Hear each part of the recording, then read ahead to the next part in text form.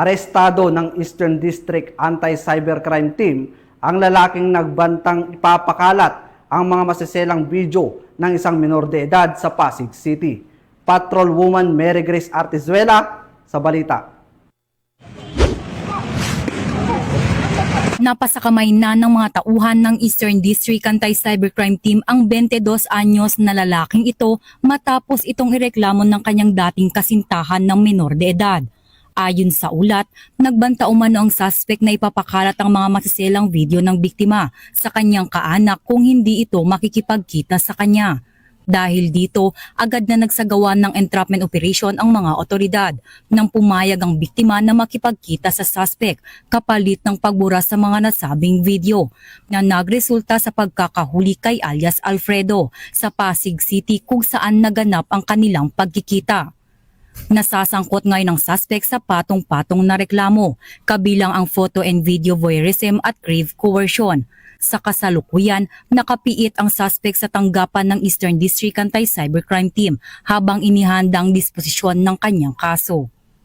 Operasyon ay sinagawa bilang bahagi ng aming patuloy na pagsisikap na sugpuin ang mga krimen na may kinalaman sa online sexual abuse at pang-aabuso sa mga kabataan.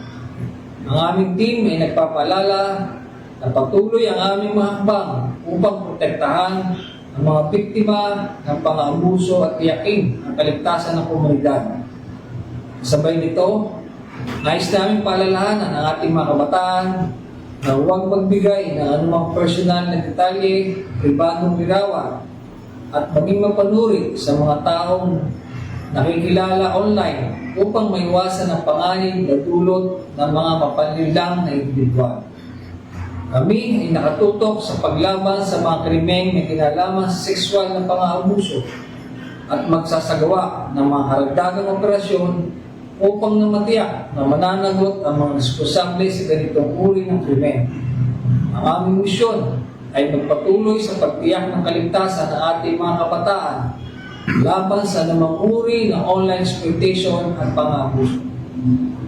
Kung kayo'y naging biktima ng ganitong klase ng krimen ay huwag magdalawang isip na dumulog sa tanggapan ng PNP Anti-Cybercrime Group o sa pinakamalapit na police station sa inyong lugar para sa agarang aksyon.